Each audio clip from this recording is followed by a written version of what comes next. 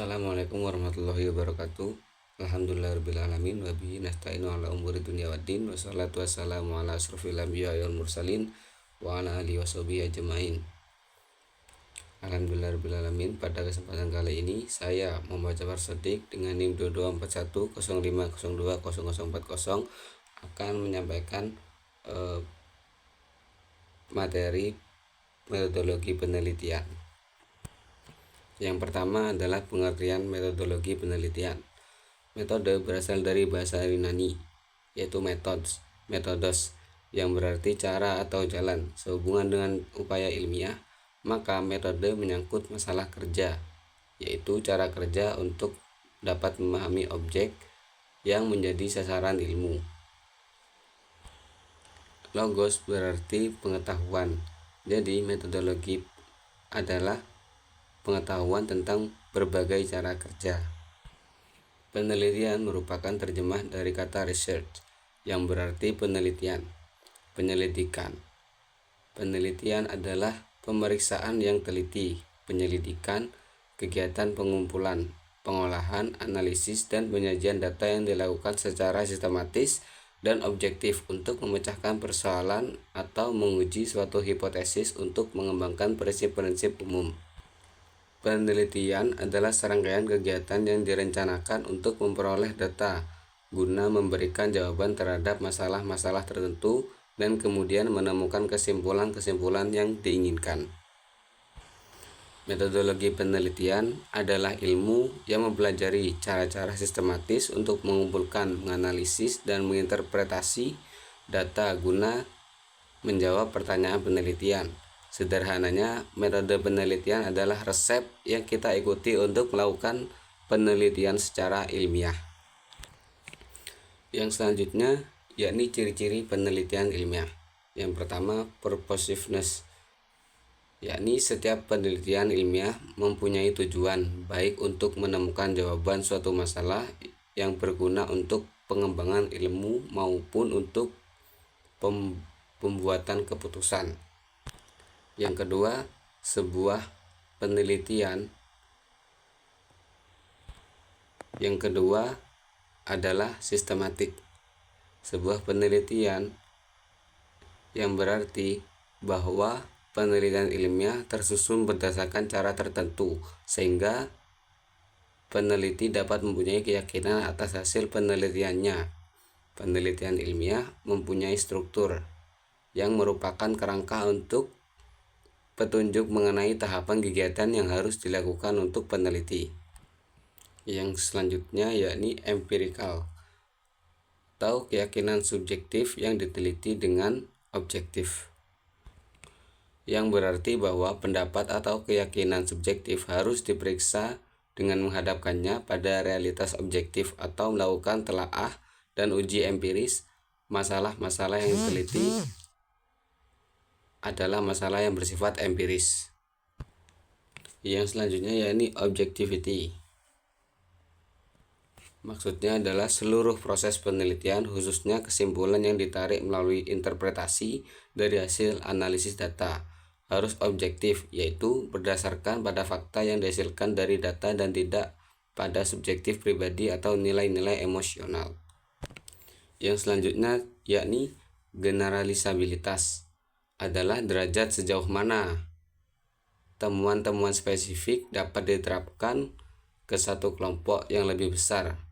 Biasanya hasil observasi diubah ke dalam informasi yang berarti dan kemudian dijabarkan generalisasi untuk melukiskan gejala yang dipelajari. Yang nomor 6 yakni replikabilitas, yaitu replika atau pengulangan penelitian oleh peneliti lainnya untuk mengukuhkan penemuan-penemuan atau memeriksa kebenarannya, baik untuk latar yang sama maupun untuk latar yang berbeda. Yang selanjutnya adalah tujuan penelitian. Tujuan penelitian adalah alasan utama mengapa suatu penelitian dilakukan. Penelitian dilakukan untuk menjawab pertanyaan atau memecahkan masalah tertentu. Tujuan ini bisa bermacam-macam, tergantung pada bidang ilmu, fokus penelitian, dan tujuan akhir yang ingin dicapai. Seperti yang telah saya tampilkan pada PPT, saya mencantumkan 3 contoh dari tujuan penelitian. Yang pertama adalah memecahkan masalah, yang kedua adalah mengembangkan teori, yang ketiga adalah mengambil keputusan. Yang selanjutnya adalah jenis-jenis metode penelitian. Metode penelitian yang biasanya diambil itu ada 3. Yang pertama yakni metode penelitian kuantitatif. Ini dengan cara mengumpulkan, yang pertama dengan cara mengumpulkan data numerik, yang kedua kuesioner, yang ketiga dari statistik, yang keempat untuk menguji hipotesis. Untuk metode yang selanjutnya yakni metode kualitatif, yaitu berasal dari data non numerik, yang kedua dari wawancara mendalam, observasi dan dokumentasi, yang ketiga dari analisis data interpretatif dan deskriptif, yang keempat memahami makna dan pengalaman subjektif penelitian. Dan metode yang terakhir adalah metode penelitian campuran, yakni metode kuantitatif dan kualitatif dalam satu penelitian, dan juga pemahaman komprehensif pada fenomena yang diteliti. Yang selanjutnya pada slide ini cara membuat problem research. Problem research atau masalah penelitian adalah pertanyaan spesifik yang ingin dijawab melalui penelitian. Ini juga menjadi inti dari sebuah penelitian. Hal yang diperlukan untuk membuat problem research adalah identifikasi topik, yang kedua tinjauan literatur, yang ketiga rumusan pertanyaan penelitian, yang keempat latar belakang masalah, yang kelima variabel penelitian. Problem research yang baik adalah kunci keberhasilan penelitian. Dengan merumuskan pertanyaan penelitian yang jelas dan spesifik, Anda dapat memandu penelitian Anda dengan lebih efektif dan menghasilkan hasil yang lebih relevan. Maksudnya adalah dengan mengaitkan poin-poin yang ada di atas, penentuan problem research akan lebih spesifik dan lebih tertuju untuk penelitian yang diinginkan. Yang selanjutnya adalah gambaran bidang penelitian. Gambaran bidang penelitian yang saya ambil ada 2, yakni komunikasi bisnis dan etika bisnis Islam. Mengapa saya mengambil 2 bidang tersebut? Karena yang pertama, mata kuliah komunikasi bisnis adalah salah satu mata kuliah penting yang bertujuan untuk membekali mahasiswa dengan pemahaman dan keterampilan komunikasi yang efektif dalam dunia bisnis. Mata kuliah ini membahas berbagai aspek komunikasi yang relevan dengan konteks bisnis, mulai dari komunikasi interpersonal hingga komunikasi organisasi.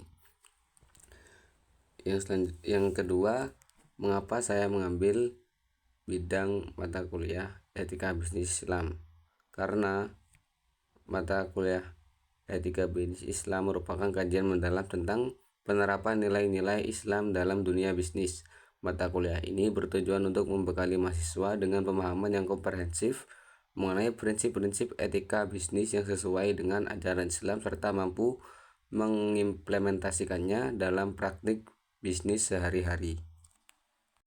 Dalam slide selanjutnya terdapat kata-kata ambil sebagai pelajaran, selebihnya jadikan pengalaman. Maksud dari kata-kata yang saya cantumkan di sini adalah tentang bagaimana kita seharusnya menyikapi berbagai peristiwa dalam hidup, terutama peristiwa yang kurang menyenangkan atau bahkan kegagalan yang mungkin akan kita alami pada kemudian hari. Cukup sekian presentasi yang saya sampaikan. Terima kasih kepada rekan-rekan, teman-teman semuanya yang telah menyimak dari awal sampai akhir. Apabila ada salah kata, saya mohon maaf yang sebesar-besarnya. Saya tutup presentasi pada kesempatan kali ini. Wassalamualaikum warahmatullahi wabarakatuh.